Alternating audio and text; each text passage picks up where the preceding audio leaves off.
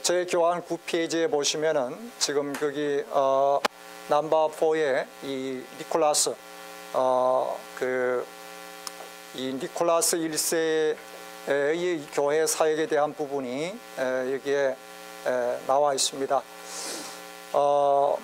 이 샤를마뉴, 우리가 지난 시간에 다루었던 찰스 대제는 이 유럽의 문화와 예술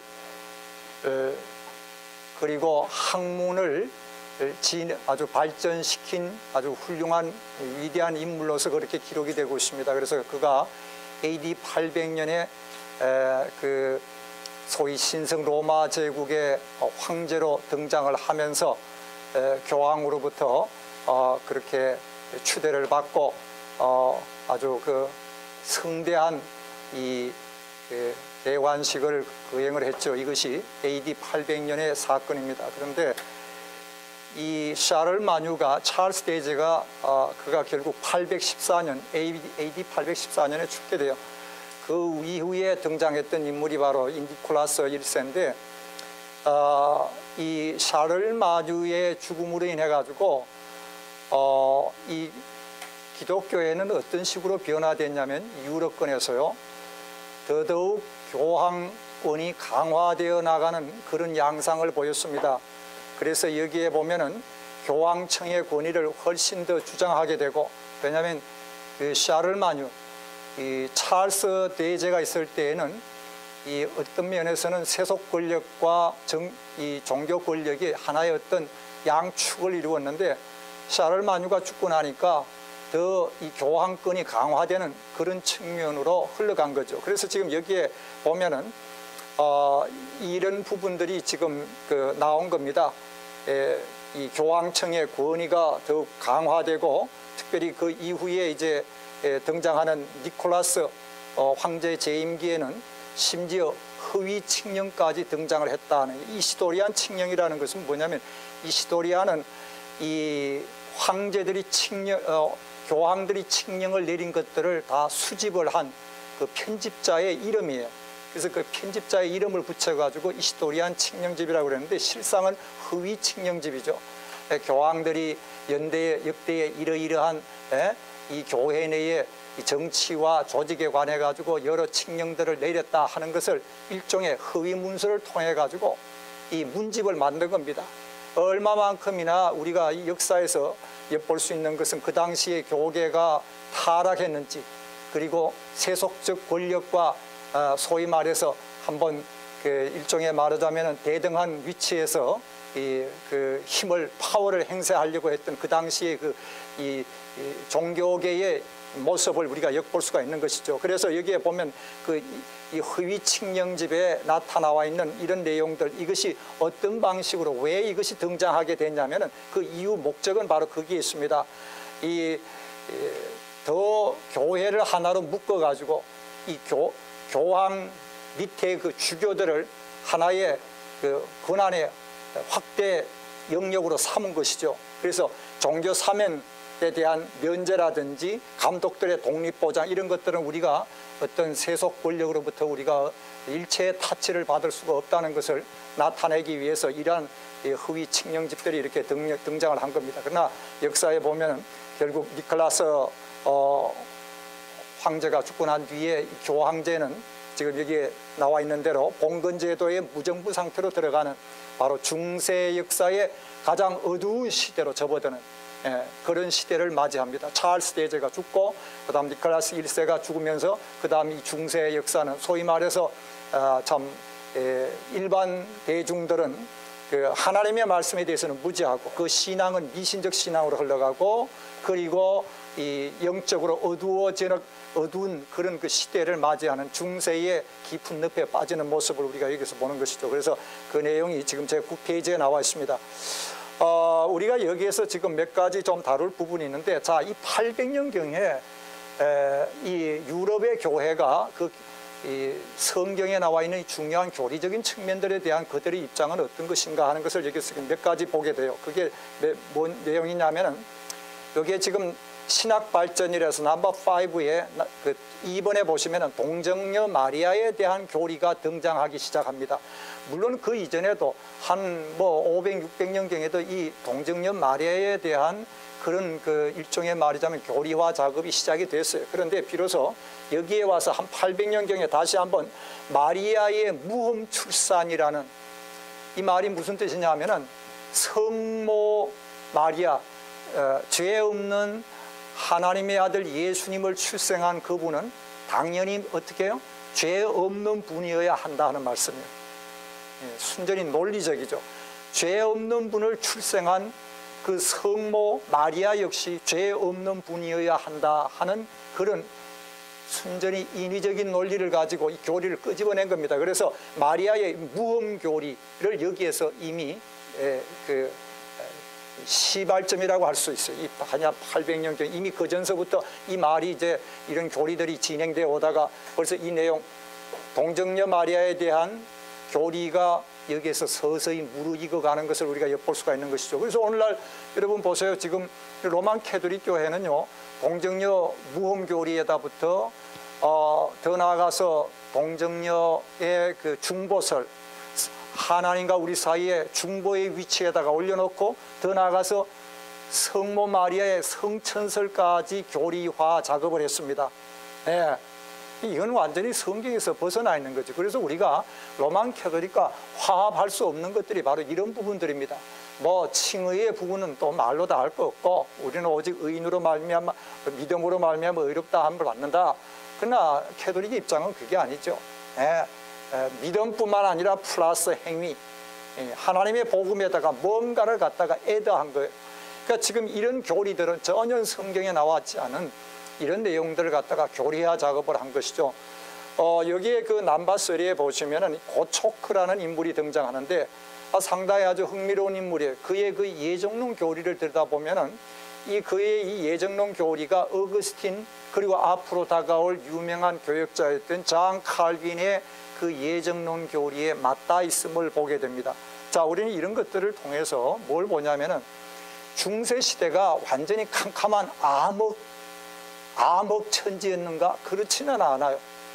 하나님께서 여기저기에 그 하나님의 말씀에 복음의 눈을 뜬 종들을 일으켰습니다. 때로는 수도원을 통해서, 때로는 일부 수도사들을 통해서, 또 지금 여기에 나와 있는 이 고초크라든지 여기 남바 저기 4에 거기 보면은 그 성찬식과 관련되어 있는 두 인물이 여기 등장을 하는데 파스카시우스 라드베르투스라는 사람은 화채설을 주장했던 인물이에요.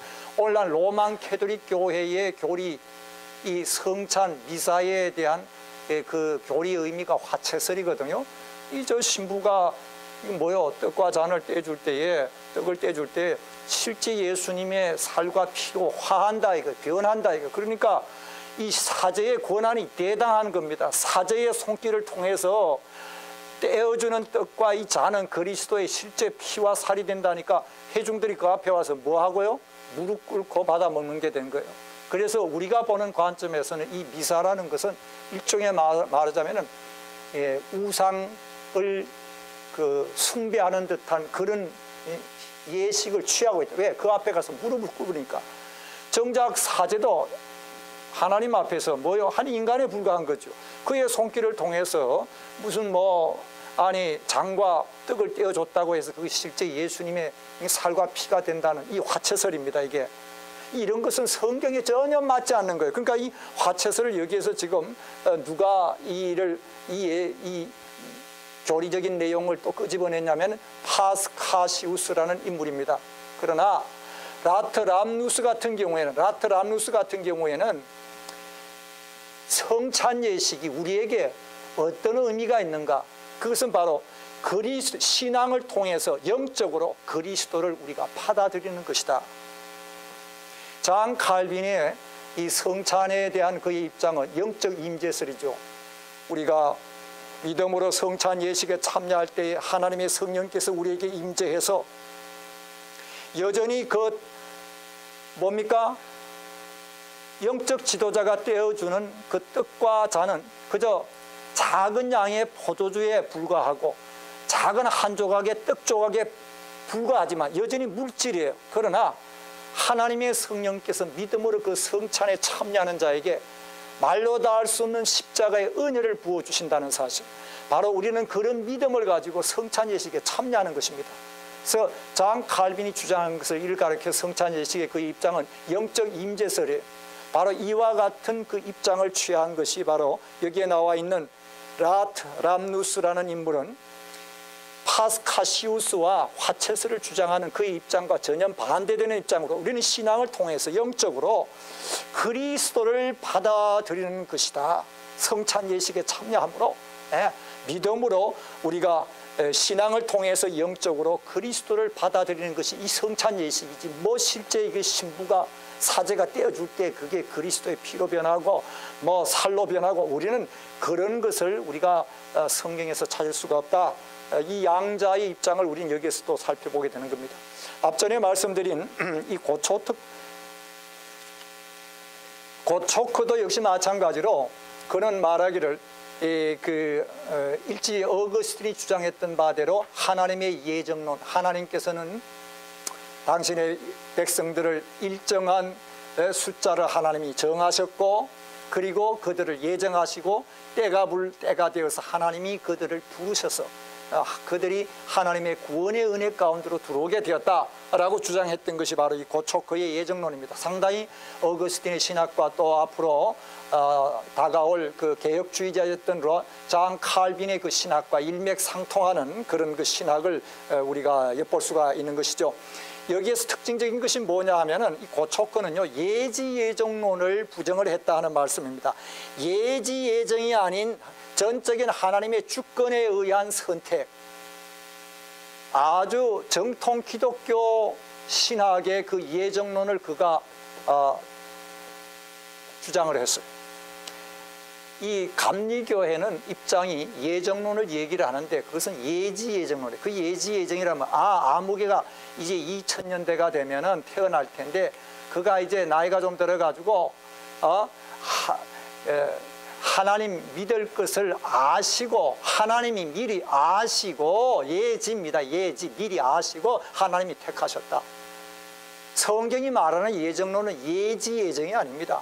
성경이 말하는 예정론은 전적인 하나님의 주권에 의한 선택 예정이에요.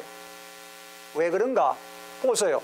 예지예정이라 그러면은 하나님의 예정과 선택은 누구에게 매이게 되는 거예요? 인간의 선택에 매이는 꼴이 되잖아요. 하나님은 그런 하나님이 아니죠. 하나님의 주권적 선택에 의해서, 예정에 의해서 우리는 예정을 입고 때가 되면 하나님이 우리를 부르신 것입니다. 그래서 우리가 말하는 이 예정론은요, 예지예정이 아니에요. 감리교는 예지예정을 주장하죠. 그건 성경과 사실 맞지 않아요. 화합되지 않아요. 왜? 그 예정론 자체가 너무 신비하기 때문에, 뭔가 우리 인간의 이성에 부합하는 이론이 없을까? 결국은 그걸 찾아 헤맨 겁니다. 그러니까 예지예정을 갖다 끌어온 거예요. 예지예정. 성경 어디를 들여다보더라도 예지예정과 화합하는 성경의 예정론의 가르침은 아무데도 없어요. 아무데도 없습니다. 전적인 하나님의 주권에 의해서 하나님이 기뻐하사 당신의 백성들을 택하시고 부르셨다. 창세기에 보면은 창세기 25장에 하나님께서 야곱과 에서에 대하여 하나님께서는 작은 자를 택하셨다고 그랬습니다. 로마서에서도 나와 있죠. 그 부분이. 예. 하나님의 뭡니까? 임의적인 선택이었습니다. 야곱이 훗날에 하나님 믿을 걸 아시고 하나님이 야곱 선택한 게 아니에요. 하나님의 임의적인 선택, 하나님이 기뻐하셔서 하나님이 정하신 것뿐입니다. 그래서 아무 육체라도 하나님 앞에 자신이 받은 구원에 대하여 자랑할 것이 없게 하셨다라고 말씀하고 있습니다. 아무 육체라도 우리는 하나님 앞에 자랑할 것이 아무것도 없습니다. 자, 부페이지에 넘버 6 가보시면은 알프레드 대왕이 드러나요. 자, 여기에 우리는 이 파트는 바로 그레이트 브리튼, 그 영국에 대한 이제 바로 이 800년경에 이 영국 사회, 그레이트 브리튼, 소위 말해서 대영제국으로 불렸죠. 이 영국이라는 나라는 그 당시의 상황이 어땠는가? 상당히 흥미로운 내용입니다. 이 영국의 건국의 기초 부족들은 앵글족과 섹슨족과 주트족이에요. 이 세 종족이 모여서 영국을 세운 겁니다.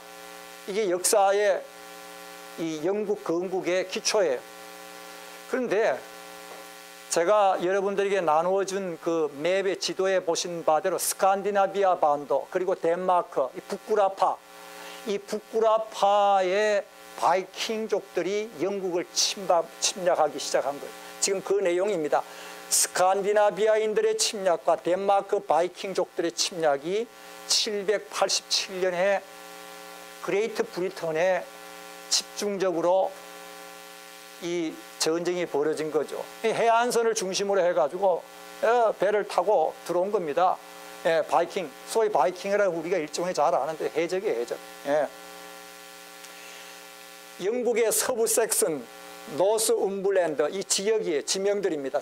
그 당시에 그 주요한 지명들인데 린디스판, 파고가 아니라 파괴예요. 파괴, 런던 파괴. 그래서 866년, 872년에 이 영국 런던의 수도죠. 런던이 바로 이런 지역들이 이 바이킹족들의 침략을 받으면서 무참하게 짓밟히고 파괴되는 이런 아주 어찌 보면은 영국으로서는 상당히 위기적인 상황에 난세의 인물이 등장했던 인물이 바로 위인이 알프레드 대왕입니다.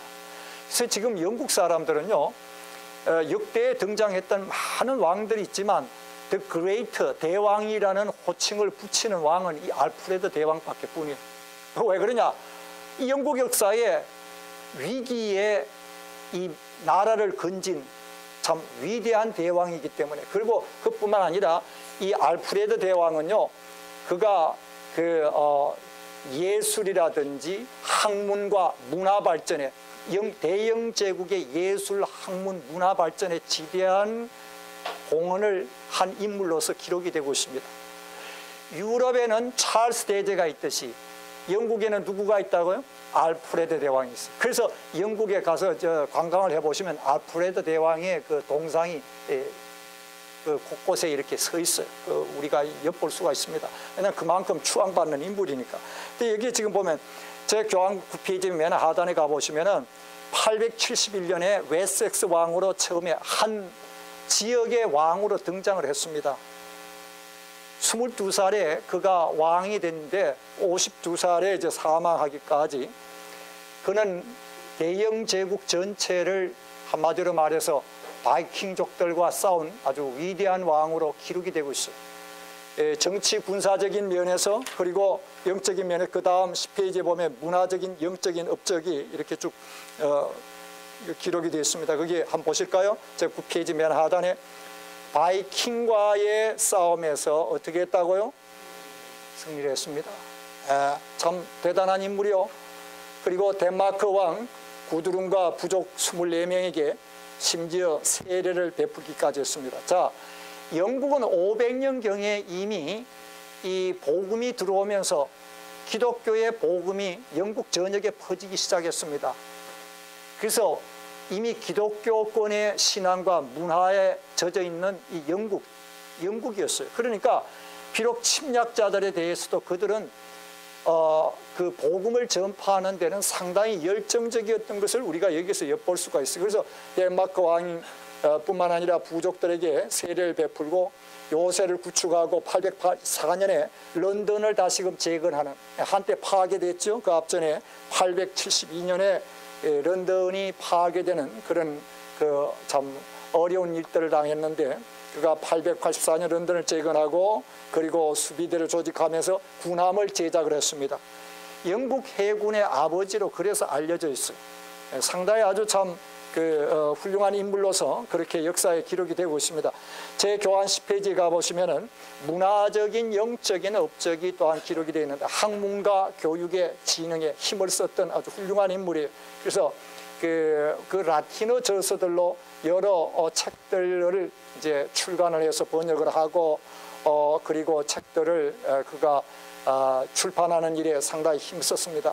지난 시간에 말씀드린 대로 그의 일평생의 좌우명은 살아있는 동안에 가치 있는 삶을 살고 그리고 죽어서는 후진들에게 선행을 남기고 싶다. 얼마나 멋진 좌우명이요. 예? 예. 우리가 역사적으로 평가하기를 유럽에는 찰스 대제가 있어요. 그러나 영국에는 바로 알프레드 대왕이 있다는 사실입니다. 이게 800년대의 중세 사이의 유럽의 상황이었어요. 왜 그러냐? 이 두 사람은 똑같이 그 지위가 왕으로서 학문과 예술 문화 발전에 한쪽은 유럽에서 한쪽은 영국에서 아주 대단한 그 영향력을 미치고 또 여기에 공헌을 했던 인물들입니다. 그래서 역사의 이 사람들을 우리가 평가를 하고 있는 것이죠. 자, 우리는 10페이지 지금 챕터 6에 이제 좀 다룰 내용이 있습니다. 이 신학적인 내용인데 좀 우리가 상당히 흥미로운 부분이에요. 여기에 어떤 타픽이 나오냐면 바로 성상에 관한 부분. 이 성상이 뭐냐? 예수님의 초상화, 예수님을 본딴 어떤 형상을 만드는 겁니다. 여기에 대해서 굉장한 논쟁이 많았어요. 오늘날 우리는 로만 캐톨릭 교회에 들어가 보면은 뭐 그렇게 많은지 성상들 보셨어요? 그림도 갖다 붙여놓고 무슨 형상도 만들어 갖다 뭐 심지어 마리아 상까지 붙여놓고 이런 여러 성상들의 그 시초가 이미 중세 시대에 거슬러 올라가 보면 여기에서 이미 비롯되고 있다는 말씀입니다. 지금 우리는 이 8, 9세기의 비잔틴 기독교라 해서 이 연대가 700년경에서 886년 이렇게 해서 이 사이에 약 한 100한 뭐 7, 80년경 이렇게 쭉 나와 있습니다. 여기에 대한 주된 토픽이 뭐냐면은 성상에 대한 논쟁이에요. 여기에 중심 인물이 바로 다마스커스 존이라는 인물입니다. 이 다마스커스 존이라는 인물은 그의 신학적인 입장이 어땠는가 하는 것은 제 교환 11페이지에 자세하게 나와 있어요.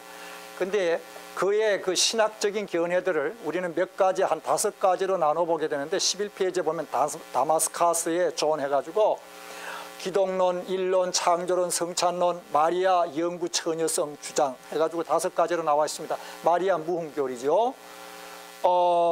여기에 지금 기독론, 인론, 뭐 창조, 성찬이 나와 있는데 특별히 제가 일론 부분에 관련해서 오늘 여러분들에게 하나님의 형상에 대한 내용을 거기에 별도로 오늘 한 페이지 다 받으셨죠?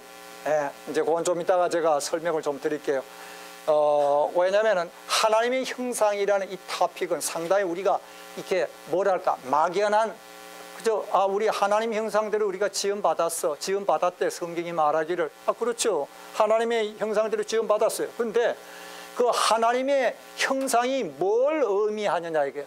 이제 그 부분을 좀 우리가 확실하게 하면서 이 다마스커스의 존의 신학의 문제점이 무엇인지 오늘 우리가 정통 기독교에서 바라볼 때에 그의 신학이 뭐가 문제인지를 우리가 하나씩 좀 점검할 필요가 있다 하는 말씀입니다.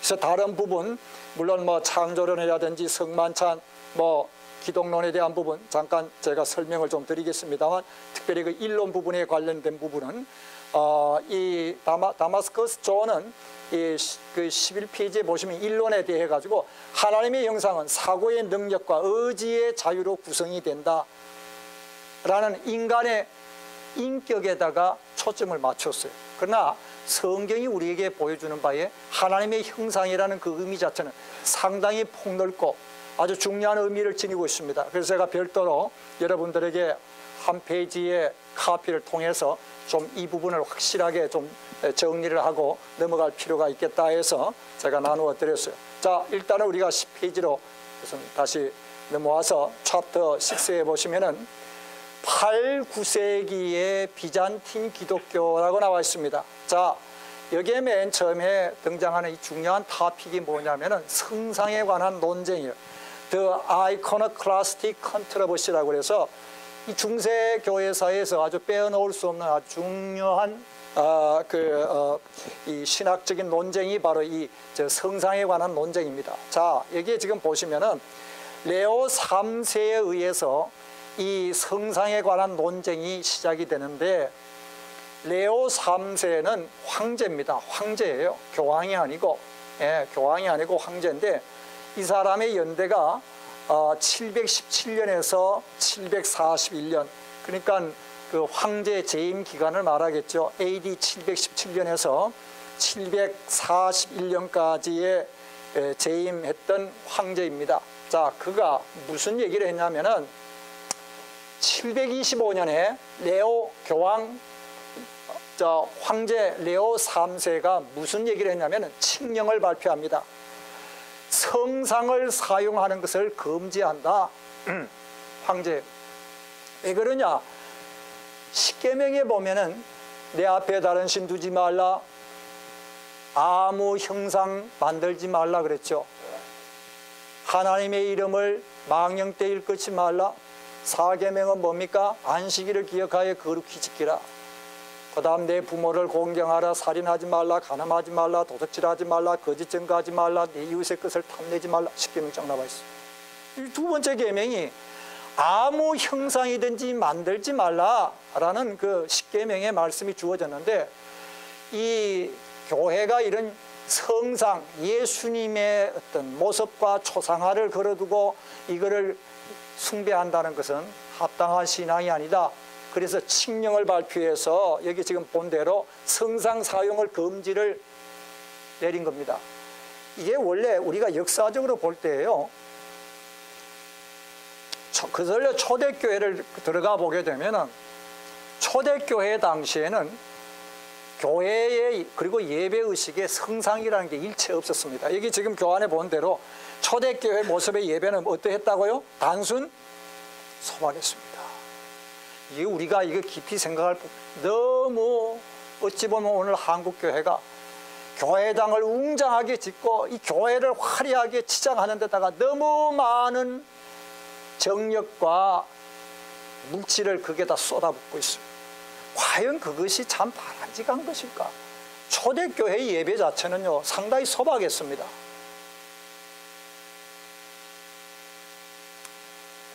여러분 예배가 뭔지 아세요? 내가 뭐 나왔으니까 한마디 좀 하고 넘어가십시다. 권사님, 예배를 통해서 하나님 영광 받으시죠? 그렇죠? 당연히. 예, 맞는 말씀이에요. 그럼 하나님 앞에 가서 뜨겁게 찬양하고 기도하고 할렐루야, 하나님, 그때 하나님이 영광 받으시죠? 예, 그것이 예배입니까?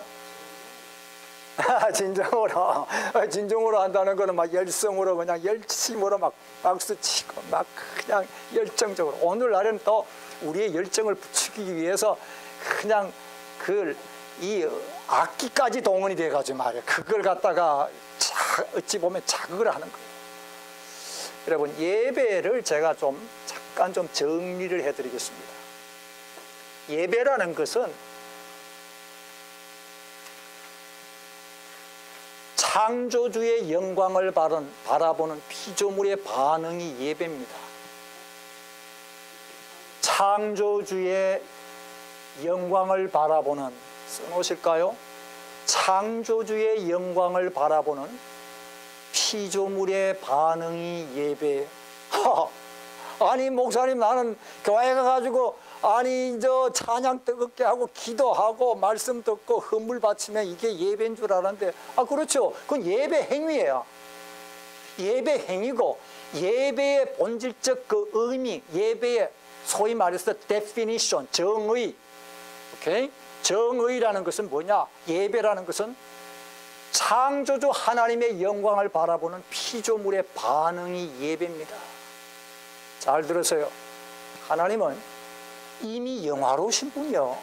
내가 예배 드리든 안 드리든 하나님은 뭐요? 충분히 already 영화로우신 분입니다. 우리가 예배를 드려야지만이 그제서야 하나님이 영화롭게 되시는 분은 아니야. 그렇죠? 이해가 되세요? 그렇죠. 하나님은 이미 충분히 영화로우신 분입니다. 우리의 예배를 받을 때 그때서야 비로소 하나님이 영화롭게 되는 분은 아니에요.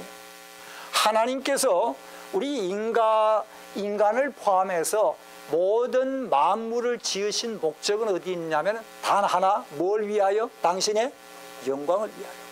하나님이 모든 자연 만물을 포함해서 인간과 자연을 지으신 하나님의 목적은 무엇인가? 그것은 바로 뭘 받기 위하여?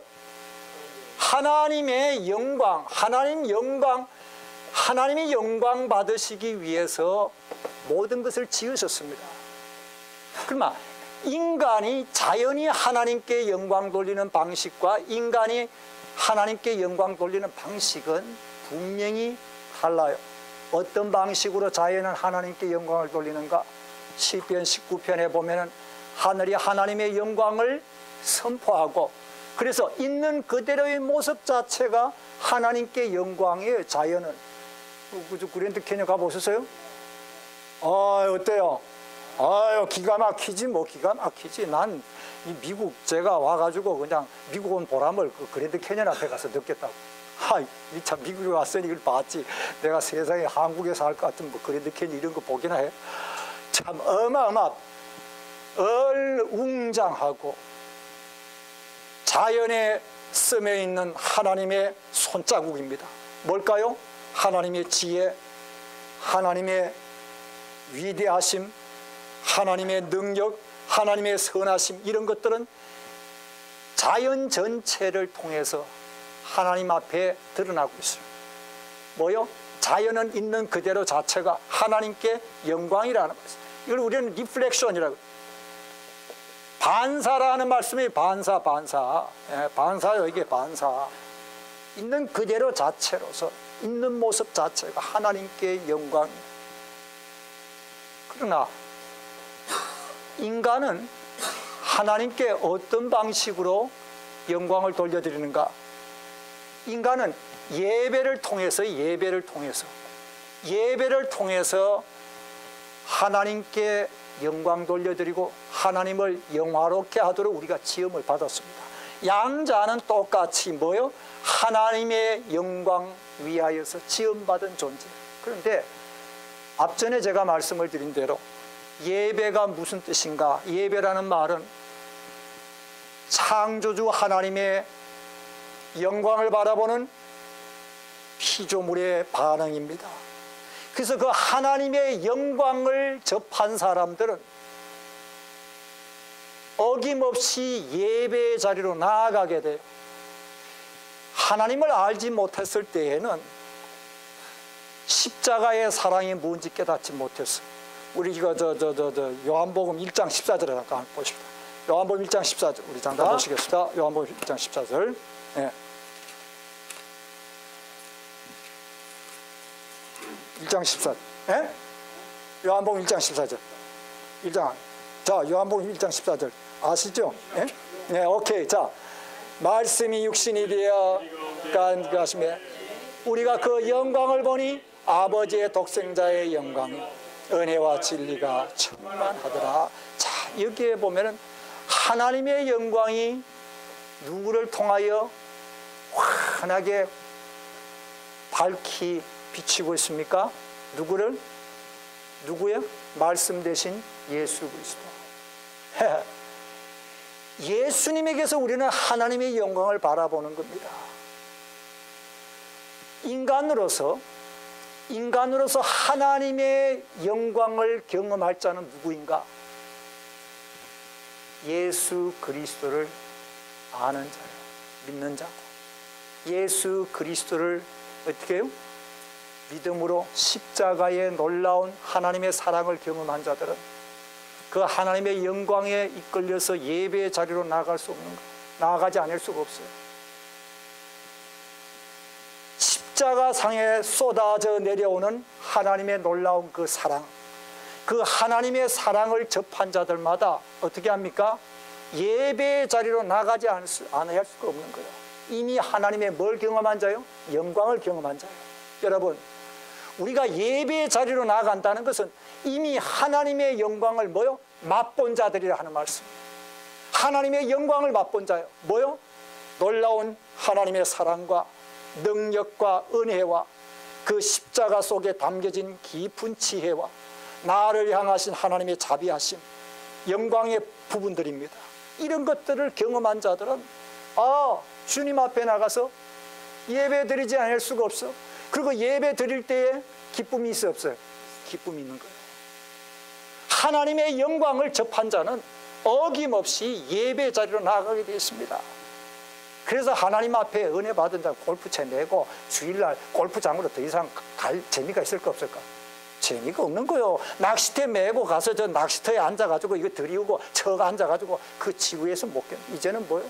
가서 하나님 앞에 예배드리는 그 시간이 더 기쁘고 즐겁고 내 마음에 감사함이 넘치는데 참 놀랍죠? 묘하죠? 이것이 바로 예배의 정의입니다. 예배라는 것은 하나님의 창조주의 영광을 바라보는 피조물의 반응이 예배예요. 그리고 그 하나님의 영광에 접한 자들마다 어디로 나아간다고요? 예배의 자리로 나아가게 되어 있습니다. 예, 그래서 우리는 이 예배를 가르쳐서 영어로 레스판스라고 반응이라 하는 말씀입니다. 정확하게 예배의 의미는 하나님의 영광에 대한 반응이에요. 뭐 내 편에서 내가 하나님 앞에 예배 드려야지. 뜨겁게 찬양하고 막 하나님 받으십시오. 기도만 이거 아니요. 정말에 착각하지 마세요. 그건 뭐요? 불교 곡물신앙입니다. 불교는 3000배 엎드려야지. 많이 갖다 바쳐야지. 곡물신앙이에요. 한국교회의 신앙이 엉뚱한 식으로 기복신앙이 바로 이런 식으로 흘러간 거예요. 다 우리 지도자들의 잘못이에요. 지도자들이 바로 가르치지 못했으니까.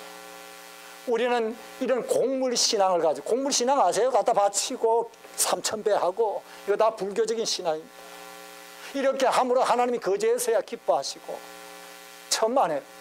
물론 이 모든 것은 우리의 예배의 행위입니다. 그러나 근본 우리의 예배의 출발점은, 예배의 본질적 의미는 어디에 있는가? 창조주의 영광을 바라보는 피조물의 뭐라고요? 반응입니다. 레스판스라요. 레스판스. 어디 가다가 이까지 왔지? 자, 여기 한번 보십시다. 그래서 제 교환 10페이지에 가보시면은 초대교회의 예배는 어떤 모습이었어요? 어땠다가요? 단순했습니다. 소박했어요. 그런데 이게 그냥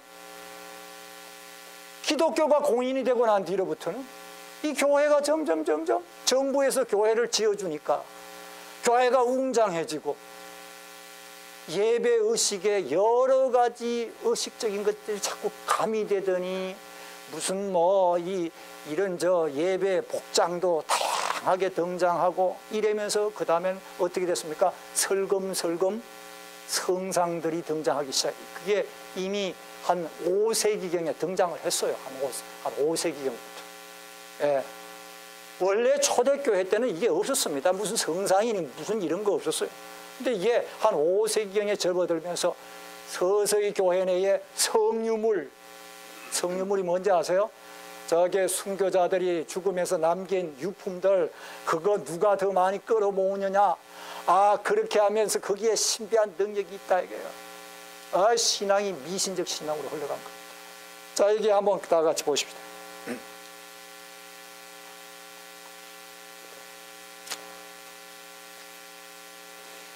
725년에 제 교환이 10페이지에 725년 레오 3세가 칙령을, 황제입니다. 칙령을 발표했어요. 성상 사용을 금지한다. 왜? 제2계명이 거역되니까. 자, 그러자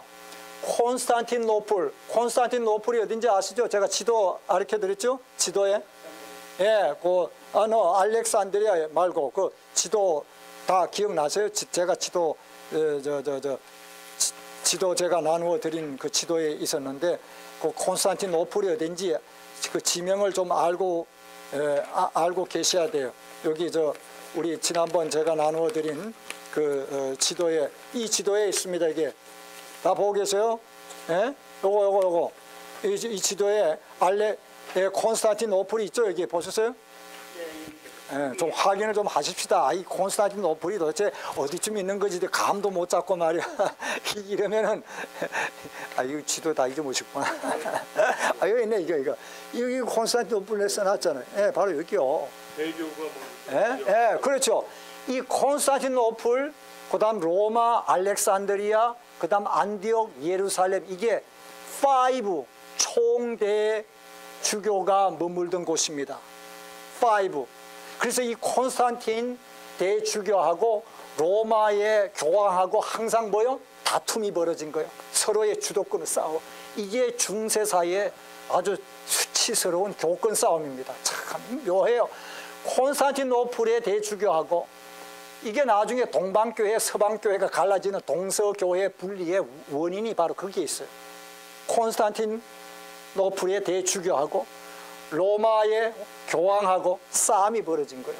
그래서 1054년에 나중에 동서교회가 어떻게 됩니까? 갈라져요. 나중에 우리가 이제 그 다룰 내용인데, 바로 이 콘스탄티노플의 대주교. 자, 여기 제 교환 다시 가보십시다. 10페이지에 가보시면은 콘스탄티노플의 총대주교인 누구라고요? 게르마누스. 이 사람의 그 연대를 좀 써놓으세요. 이 사람은 715년에서 730년까지 콘스탄티노플의 총대주교로 봉직을 했던 인물이에요. 예, 715에서 730년, 한 15년간. 이제 황제 레오 3세가 칙령을 발표하면서 성상 사용을 금지했을 때에 게르마누스는 반대를 했습니다. 예, 헬라 주민 전체가 다 반대를 했어요. 받아들일 수 없다는 거죠. 결국 게르마누스는 자기 총대 주교직을 박탈당하고 아나스타시우스가 대신 총대 주교 자리를 차지를 합니다. 자, 그러면은 여기 이 게르마누스의 견해는 뭐냐면은 성상 숭배자의 주장이라고 나와 있어요. 넘버1에. 이게 바로 게르마누스가 취했던 입장입니다. 왜 우리가 하나님의 아들의 성상을 사용하는가? 그 두 가지 이유가 있어요. 재미있습니다. 잘 보세요. 하나님의, 같이 읽읍시다. 시작. 하나님의 아들의 성육신 사건을 보여주는 성물이다. 말씀이 육신이 되어 우리 가운데 오셨다고 그랬으니까 방금 읽은 요한복음 1장 14절 말씀, 이걸 갖다 끌어, 말되는 소리 비슷하죠. 말되는 소리 비슷한 거죠. 그러니까 전혀 엉뚱한 소리는 아니에요. 말되는 소리 갖다 끌어다가 갖다 찍어 붙이는 겁니다. 아까 우리 앞전에 말씀드린 대로 마리아 무엄설 교리도 바로 그런 거예요. 성자를 낳으신 그분이 죄가 있으면 어떻게 되냐? 그분은 마땅히 죄 없는 분이어야 된다. 갖다 교리를 갖다 찍어 붙인 거예요. 그러니까 마리아의 무엄설 교리가 나온 겁니다. 이게 뭐냐면 성경 말씀을 성경 말씀으로 해석하지 않았기 때문에. 뭐로요? 인간의 머리로. 네, 인간의 머리입니다. 성경 말씀은 성경으로 해석하는 것이 우리 그 정통 기독교회의 신학의 입장입니다. 또 하나는 뭐냐면 하나님의 성령에 의해서 우리는 성경 말씀을 해석을 하고 있습니다. 양자가 성경 해석의 중요한 원리입니다. 그러니까 지금 여기에서 보시는 바대로 하나님의 아들의 성육신 사건을 보여주는 성물이다. 게르마누스의 입장입니다. 또 하나의 내용은 뭘까요? 가연설의 이단에 대항해서 예수님의 뭘요? 인성을 증거하는 것이 되기 때문에. 가연설 뭔지 아세요? 가연설 이단이 뭐였습니까? 내가 전에 한번 얘기했는데 바로 영지주의자들, 그노스티시즘. 제가 영지주의에 대해서 말씀한 거 기억나시죠? 지난번에 얘기했습니다. 영지주의의 그 사상은요, 이원론 사상입니다. 왜? 헬라 철학의 영향을 받았으니까. 그러니까 영은 깨끗하고 순결해, 육은 천하고 더러우니까 어떻게 해야 된다고요? 금욕주의로 흘러갔습니다. 또 하나는 어떤 식으로 흘러갔어요? 쾌락주의로 흘러갔습니다. 뭐 어차피 육은 더럽고 추한가, 아무렇게나 산들 무슨 의미, 다를 바가 뭐 있어? 육이라는 어차피 천하고 더러운 건데 내 하고 싶은 대로 산다 이게. 그래서 쾌락주의로 흘러갔습니다. 이게 이 영지주의의 특징이에요.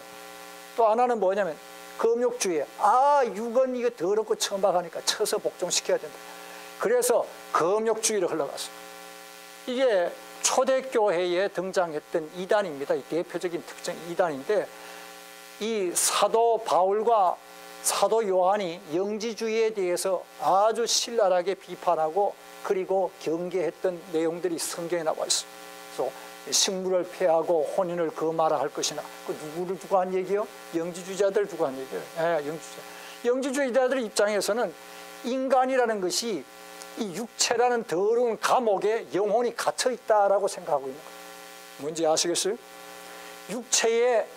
더러운 육체에 영혼이, 감옥 같은 더러운 육체에 영혼이 갇혀 있어요. 그래서 이 육을 탈피하는 것을 가리켜서는 구원이라고 얘기를 하고 있습니다. 구원의 의미 자체가 바로 이 가연설을 주장했어요. 영지주의자들이. 왜 가연설인가? 가연설이라는 말은 가짜라는 말이죠. 나타날 현. 예수님의, 하나님의 아들인 예수가 이 땅에 왔다는 것은 실제 육을 가진 인간이 아니라 그냥 사람의 모습으로 나타났을 뿐이다. 실제 인간은 아니다 하는 말씀. 이게 가연설의 의미입니다. 왜 이 가연설을 그들이 주장하게 되냐면은 지금 말씀드린 대로 육이라는 게 어때요? 더럽고 추하니까. 더럽고 추한 육체에 어떻게 하나님의 아들이 올 수가 있냐 이게. 그래서 이 가연설을 주장한 겁니다. 바로 이런 영지주의라든지 또 하나 하나님의 아들의 성육신 사건을 보여주는 성물로서 우리는 성상을 숭배하는 것이 가하다. 누구의 입장이요? 게르마누스의 견해입니다. 참 아주 그럴듯한 이론을 갖다 끌어들인 겁니다. 여러분, 이런 것들을 여러분들이 보시게 되면은 오늘날 캐톨릭 교회를 가만히 생각해 보세요. 지금 이제 제가 다루게 될 이 다마스커스의 존의 그 신학 사상을 보게 되면 어쩌면 캐톨릭 교회의 교리를 갖다 밑바닥에 깔고 있어요. 캐톨릭 교회 가보셨어요? 성당에? 온만 성상들이 다 줄비하죠. 거기다가 마리아 성상까지 갖다 걸어놓고, 거기다가 성찬 예식은 뭡니까? 미사라 해서 화채설이에요, 화채설. 그러니까 사제의 권한이 대단한 겁니다, 파워가. 그러니까 뭐예요? 고해성사가 있는 거예요, 고해성사가. 예, 내가 내 죄를 사하노라. 누구 이름으로 갖다 붙이죠, 거기다. 성부와 성자 뭐 이래가지고 갖다 붙여가지고 사한다고 그랬어요. 예. 고해성사라는 거 아시죠? 다 이렇게 막 쳐놓고 와서 신부 앞에 가서. 예. 이런 모든 것들은 다 성경에 우리가 맞지 않는, 성경과 전혀, 우리와 하나님 사이의 중보자는 누구예요? 예수 그리스도. 그리고 우리는 예수님께서 십자가에 죽으심으로 새롭고 산 길을 열어놓으시다고 했어요. 휘장이 찢어지면서. 우리는 하나님께로 직접 나아가서 누구의 이름으로? 그리스도의 이름으로 하나님께 기도하는 길을 예수님이 열어놓으셨습니다. 그러니까 이런 것들은 다 캐톨릭의 그런 일종의 산물들이죠. 자, 어떻든 자 보십시다. 재미있어요. 10페이지에 좀 보고 잠깐 우리 브레이크 타임 합시다. 다마스커스의 존이라고 나와 있는데 이 사람은 어디 사람이냐면은 아랍 지역의 그 중동 아랍 도시의 그 다마스커스라는 지역에 거주하는 인물입니다. 그래서 그 이름이 그 다마스커스 존이라고 붙었어요. 그 사람이 사는 그 지명을 갖다 이름에 갖다 붙인 거예요.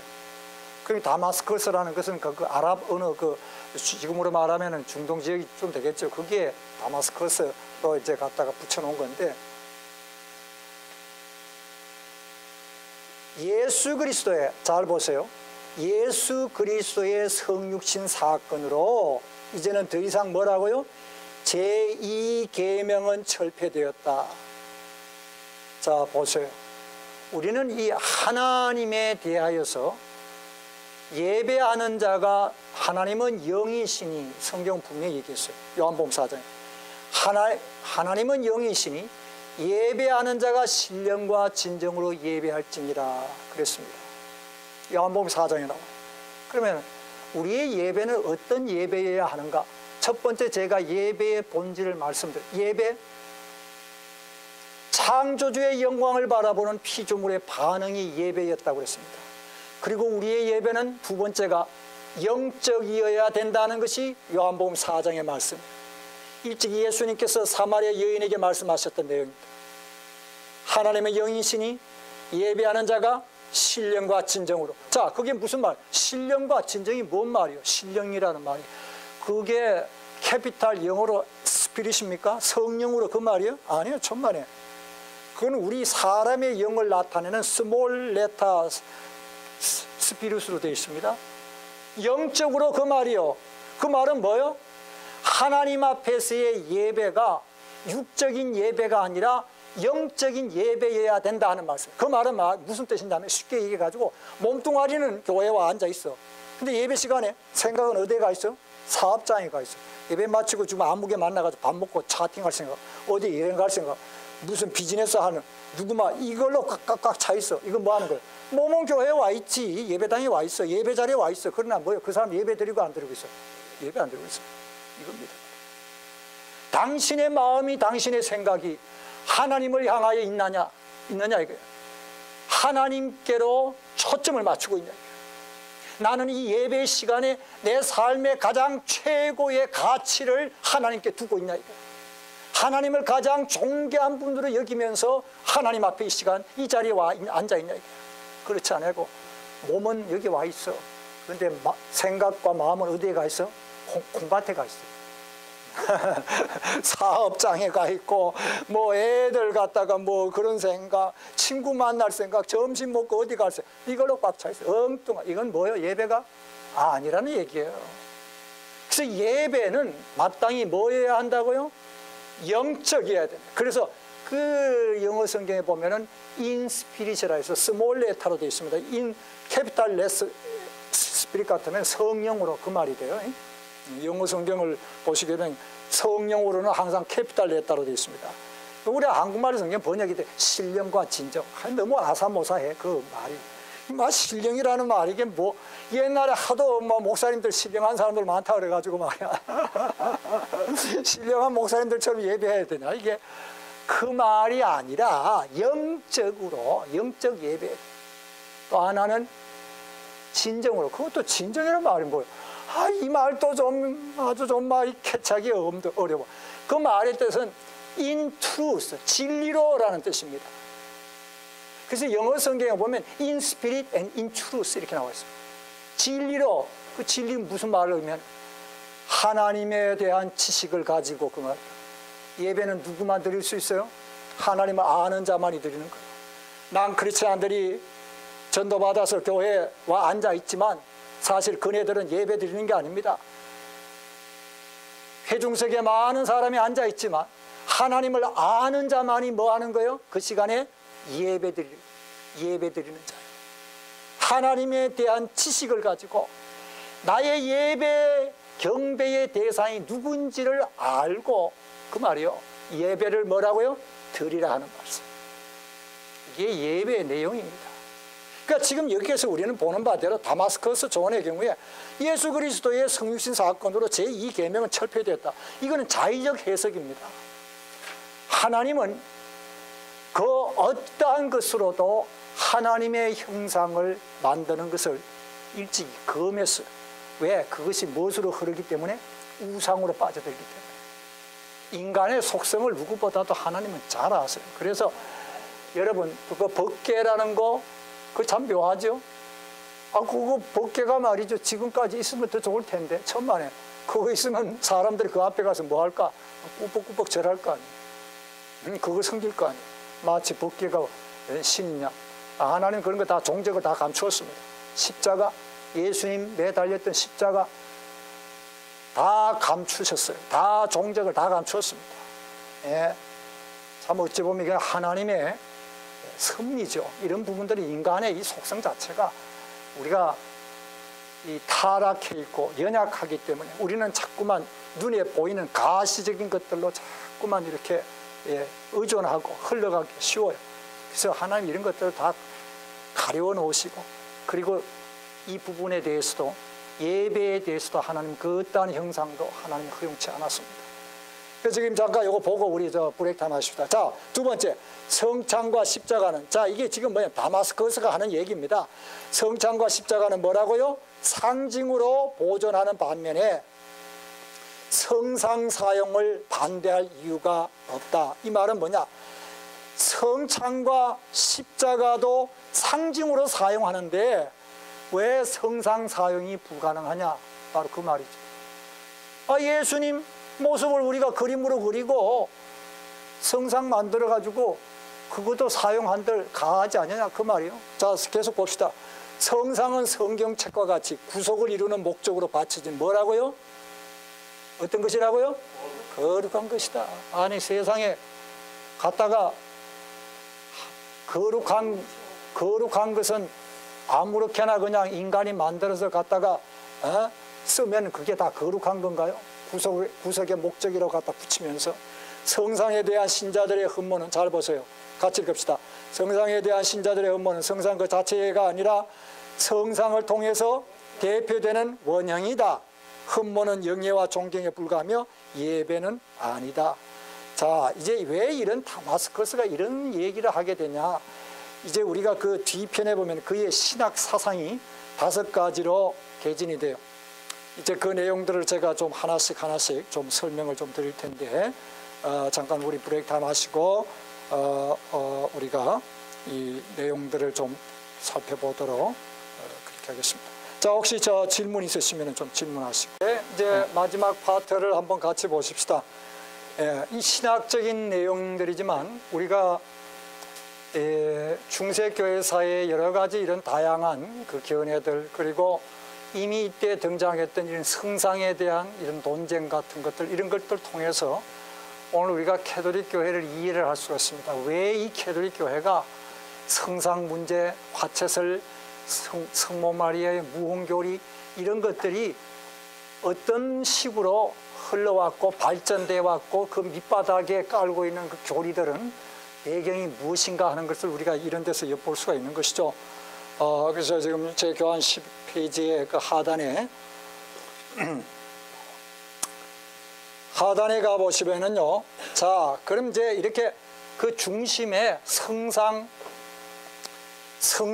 숭배에 대한 이런 그 교리 중심에 누가 있었냐면 바로 이 다마스커스 존이라는 이 인물이 있었습니다.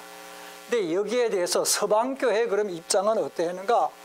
자, 서방교회 입장을 잘 보십시다. 그 넘버 3에 있습니다. 저희 교환 10페이지 밑에 내려가 보시면은 서방교회와 교황이라 해서 서방교회 입장은 성상 사용 여부는 누구의 소관이 아니라 황제의 소관이 아니다. 이거는 교회에서 결정할 문제다 하고 황제는 교회를 간섭할 권한이 없다 하면서 다마스커스 존의 입장을 지지를 한 겁니다. 예. 그러니까 결국은 뭐예요? 성상을 숭배하는 것이 가하다 하는 얘기예요. 예. 성상 숭배하는 것이 가하다. 여러 측면에서 일반 신도들도 그 성상을 쳐다보므로 더 영적으로 신앙적으로 뭔가 거기에서 이렇게 은혜도 받고 그들의 영적의 성장에 도움이 되니까 우리가 오히려 이런 성상을 사용하는 것이 좋다. 그 입장이죠.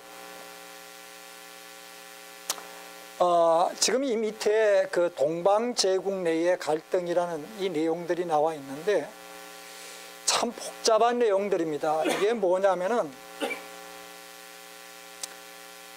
동방제국은 바로 이 콘스탄티노플 그리고 이쪽 중동 지역을 다 터키라든지 오늘날 그 지역들을 커버하는 지역인데 이 동방교회와 서방교회의 그 지역을 나눈 걸 제가 전에 카피를 해서 나누어 드렸습니다. 참고를 좀 하세요.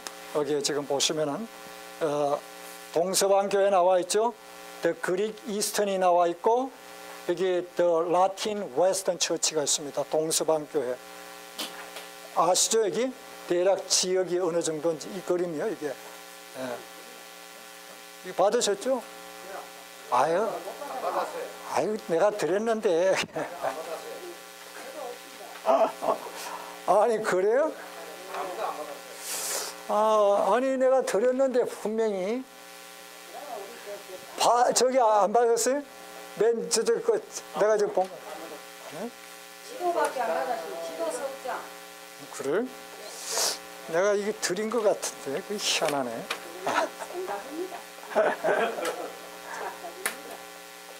여기 지금 자 우리 뭐 이제 장 카피를 하시고 이게 동서방 교회의 그 동방과 서방 이스턴 웨스턴인데 이 동방 제국 하면 이 콘스탄티노플을 중심으로 해서 뭐 이쪽 터키 이쪽 지역들인데요. 지금 제 교환의 10페이지 맨 하단에 지금 그 내용입니다. 4개의 정치적 당파들이 갈라져 있었어요. 여기 지금 보면은 그냥 간단하게 청색당, 뭐 녹색당, 적색당, 이렇게 백색당 이렇게 나와 있는데, 여기에 그 정통파가 있고 이단 사상을 따르는 자들이 있고, 뭐 적색, 백색 이렇게 나누어져 있는데, 그 교회사 책에 지금 그 청색당과 녹색당에 대한 부분이 설명이 되어 있어요. 책을 보면은. 그게 뭐라고 나와 있냐면, 이 삼위일체 교리하고 예수 그리스도의 신성, 인성 이 부분에 대해서 정통 교리를 따르는 자들을 가리켜서 청색당이라고 그러고, 녹색당은 이단 사상을 따르는 자들을 녹색당이라고 그랬습니다. 그러니까 삼위일체 교리와 예수 그리스도의 신성 문제가 주된 교리예요. 여기에 대해서 정통 교리냐 아니면은 뭐요? 이단 교리냐에 따라서 그 색깔로 구분해 가지고 그렇게 그 당시에 이 동방 제국이 분열이 돼 있었다는 말씀입니다. 그러면은 그 밑에 한번 보세요. 콘스탄티노플의 시민들의 갈등이라 해서 극우파가 있고 진보파가 있고 온건파가 있어요. 이건 뭐냐면은 바로 성상 숭배에 대한 입장입니다. 극우파는 뭐냐면은 성상을 숭배해야 된다. 성상을 파괴하는 것은 바로 기독교 자체를 말살하는 것이다. 이것이 극우파의 입장입니다. 그러니까 그 당시 우리가 역사적으로 볼 때에 이 동방 제국이 얼마나 이 종교 신앙적으로 갈등이 깊었는가 하는 걸 엿볼 수가 있습니다. 특별히 이 성상 문제를 두고서 한쪽에서는 성상을 그냥 다 깨뜨려 버려야 된다. 그러나 여기 지금 보시면은 이 진보파 같은 경우에는 이 성상을 미신 혹은 우상으로 여겼습니다. 그래서 이 성상을 어떻게 우리는 다 교회에서 제거해 버려야 된다. 개혁을 해서 없애버려야 된다. 그러니까 이걸로 인해 가지고 이 콘스탄티노플 그 당시 시민들 사이에는 이런 종교적인 갈등도 꽤나 깊었다 하는 말씀입니다. 이게 이제 중세 역사의 한 페이지를 장식한 것이죠. 뭐 결론적인 것은 교회는 계속해서 어떻게 해요? 성상을 숭배하는 쪽으로 계속해서 나간 겁니다. 그래서 심지어 이 753년에 콘스탄틴 5세는 성상 숭배는 네스토리우스와 단성론에 의한 것으로 규정하고 그리스도의 초상을 사용하는 것은 정통이 아니다. 못을 박았지만 결국은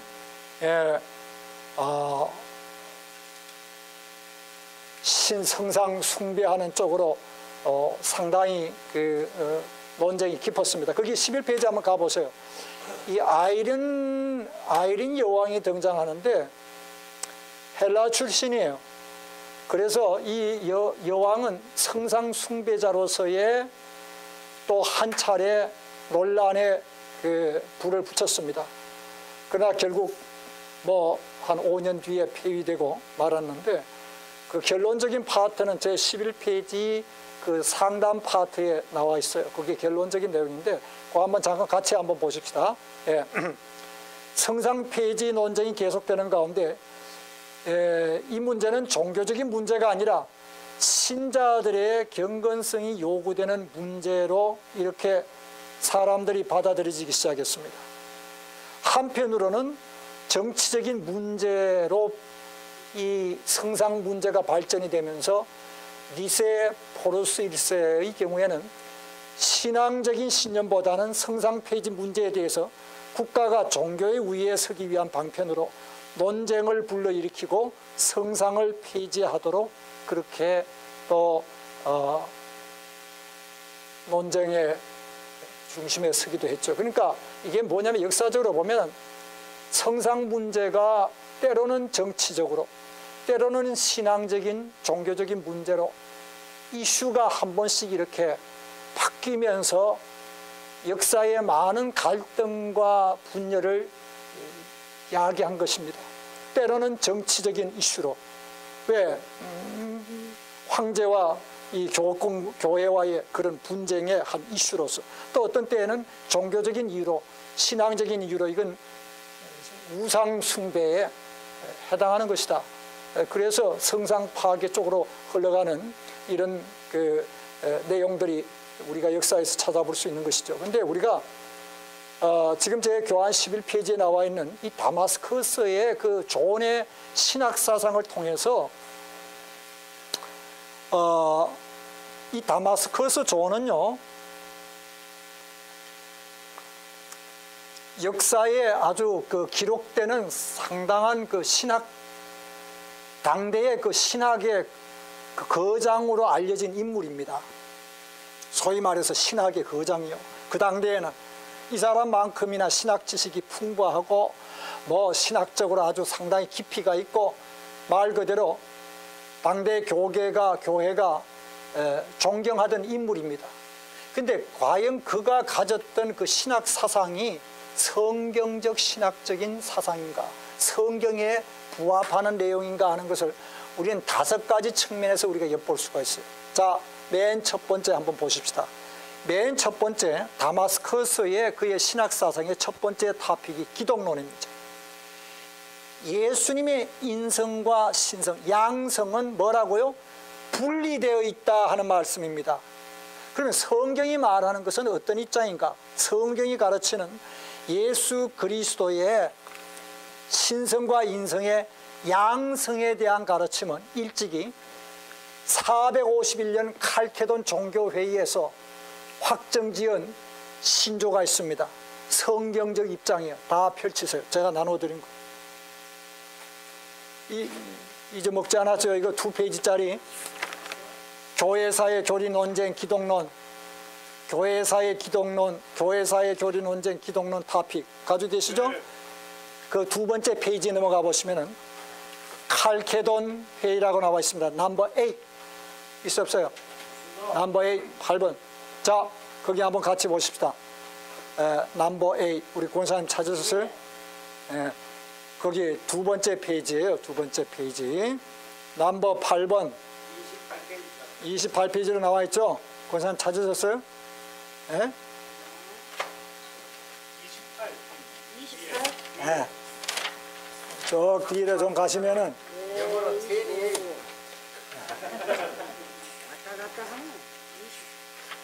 여기 왜 없어요, 권사님? 어디 저 갔다가 어디? 어제 베른가게 봤다.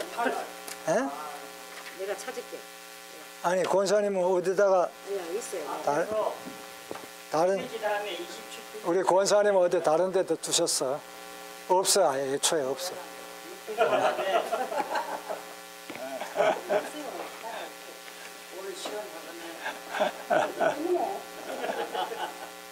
자, 2페이지짜리가 있습니다. 자, 보세요. 이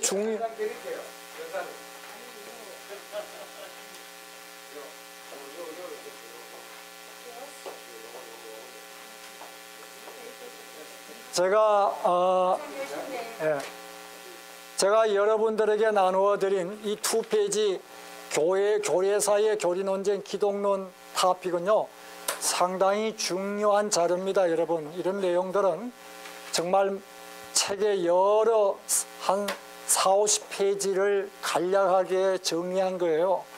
그래서 이 내용을 여러분들이 앞으로 가지고 계시면은 신학적인 중요한 흐름들을 다 캐치할 수 있는 아주 열쇠가 되는 거예요. 이게 지금 8페이지에 보시면은, 자, 칼케돈 회의를 통해서 우린 초대교회 때부터 중요한 논쟁의 이슈가 되었던 예수 그리스도의 신성과 인성 부분에 대하여 성경이 뭐라고 얘기하는가, 이 회의에서 아예 못을 박았습니다. 예수님의 두 본성 신성과 인성은 분명히 뭐요? 혼합, 변화, 분할, 분리됨이 없다는 거예요. 연합되어 있는데 무엇으로? 하나의 인격으로 연합되어 있습니다. 그러나 두 본성은 분명히 특이성을 보유하고 있다. 그 밑에 한번 보세요. 양성은 각 본성에 뭐라고요? 특이성을 보유하면서. 양성이 뭘까요? 인성과 신성입니다. 인성과 신성이에요. 여러분, 예수님의 인성이 뭡니까? 아이고, 주님이 배고파서요, 제자들이 먹을 거 사러 동네에 들어갔어요. 너무 피곤해서 배에 고물에 어떻게 했다고? 주무셨다고 그랬어요. 예수님 십자가에 돌아가실 때 물과 피를 다 쏟으시고 뭐라고 그랬어요? 목마르다. 이게 인성이요, 이게. 예수님 역시 인간이었습니다. 그런데 예수님은 뭐였습니까? 풍랑이는 바다를 잠잠케 하고, 심지어 그걸 물 위로 걸어가시기도 하고, 군대에 귀신 들린 자를 어떻게 했습니까? 내어 쫓으셨다고 그랬어요. 이게 다 뭘까요? 신성입니다. 예수님은 가룟 유다가 자신을 팔 거를 아시고 계셨어요. 그래야 한 거예요. 예. 그래서 떡을 찍어다 주면서 내가 하려고 하는 그 일을 빨리 시행하라. 예수님은 사람들의 마음 속에 무엇이 있는지를 친히 아시고 자신을 사람들에게 의탁하셨다, 안 하셨다? 안 하셨다고 그랬어. 사람 속에 뭐가 있는지. 신성의 부분들입니다. 나와 아버지는 하나라고 그랬어요. 나와 아버지는 하나. 이게 다 신성에 대한 예수님의 표현들입니다. 이게 지금 뭘 얘기하냐면 이 칼케도는 굉장히 중요한 신조예요. 예수님은 두 본성으로 인식이 되는데 뭐됨이 없다고요? 혼합이나 변화나 분할이나 분리됨이 없어. 자, 그러면서 잘 보세요. 같이 읽읍시다. 양성은 각 본성에 뭐라고요? 특이성을 보유하면서 하나의 인격과 자질로 연합되어 있다. 여러분, 이 말이 무슨 뜻이냐면은 예수님께서 배고프다고 말씀하실 때에 예수님의 인격은 둘이었습니까? 하나였습니까? 인격은 하나예요. 인격이라는 게 뭐예요? 지정의에 통합된 그 형태를 우리는 인격이라고 그래요. 지정의를. 이걸 인격이라고 그래요. 그렇죠? 네, 퍼스널 인격이란 말이에요. 그러니까 예수님께서 마귀를 대하여 말씀하시고 바다를 향하여 명하시고 예수님이 나와 하나님은 하나이시다 말씀하실 때는 신성의 부분이었습니다. 목마르다, 피곤하여 고물에 주무시고 먹을 걸 다 제자들이 사러 가고, 예, 우시고, 인성의 부분이에요. 자, 이런 모든 표현에서 예수님은 하나의 인격으로 때로는 뭐요? 신성의 부분을 드러내시기도 하고 인성의 부분을 드러내세요. 이게 지금 칼케돈 신조가 가르쳐주는 거예요. 그러면은 지금 여기에 제 교환에 11페이지로 다시 돌아가서 다마스커스 조는 어떤 입장이냐? 이 기독론에 가보면은 예수님의 인성과 신성은 어떻게 되어 있다고요? 뭐 어떻게 되어 있다? 연합되어 있어요? 분리되어 있어요? 분리되어 있다. 이가 주장했던 것은 바로 이 성경 칼케돈 신장과 신조와 전혀 맞지 않는 내용을 주장하고 있다는 말씀입니다. 우리의 입장은 바로 연합이에요. 그러나 인성, 신성에 대해서 그의 주장은 분리되어 있다라고 얘기하고 있습니다. 하나의 인격 안에서 그리스도의 양신성은 연합되어 있습니다. 이게 성경적인 입장이에요. 우리가 보는 바에 기독론, 예수 그리스도에 대한 부분이 바로 이 파트입니다.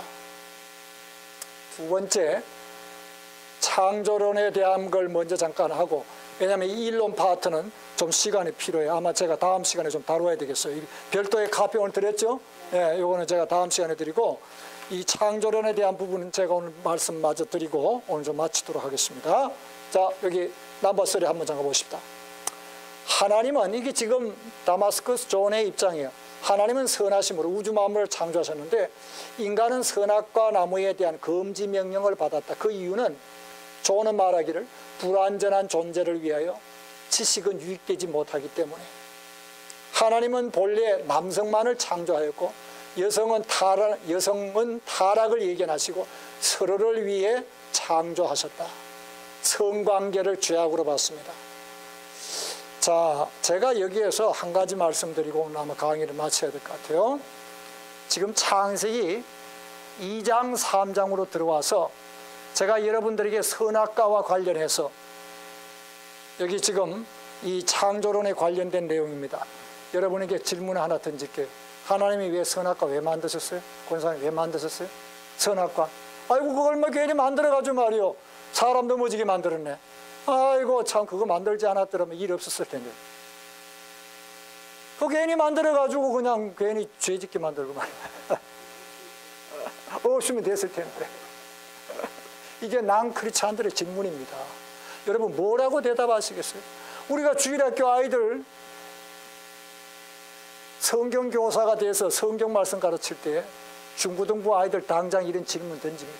아이고 선생님 왜 하나님께서 뭐 하려고 선악과 만들어가지고 그거 넘어지게 만들었습니까? 뭐라고 대답하시겠어요? 거기서 교사가 돼가지고 우물우물 할 거예요? 우물우물 하면 어떻게 되겠어요? 아이고 선생님이 이거 뭐 성경도 잘 모르고 말이야. 뭐 우리 같이 다 말 안 되잖아. 자, 에덴 동산에 아담 하와를 하나님께서 에덴 동산을 창설하시고 아담 하와를 그게 주셨어요. 에덴 동산에는 아담 하와만 있어요. 하나님이 선악과를 두심으로 아담 하와로 하여금 그 선악과를 쳐다볼 때마다 누구를 기억토록 하기 위함이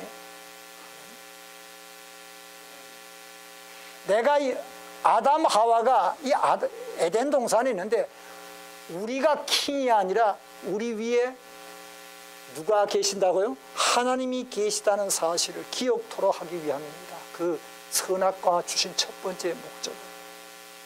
내게 말씀하시는 분이 있고 다른 것 다 할 수가 있는데 할 수 없는 것이 있다는 것. 내게 명하신 분이 누구라고요? 하나님이시라는 사실. 예, 창조주 하나님이 계시다는 사실을 기억토록 함에 중요한 의미가 선악과에 담겨 있어요. 두 번째 또 하나 이유가 있어요. 뭐냐? 한 절 써놓으실까요? 그것은 아담과 하와로 하여금 종교적으로 도덕적으로 성숙해 하려는 도구였습니다. 아담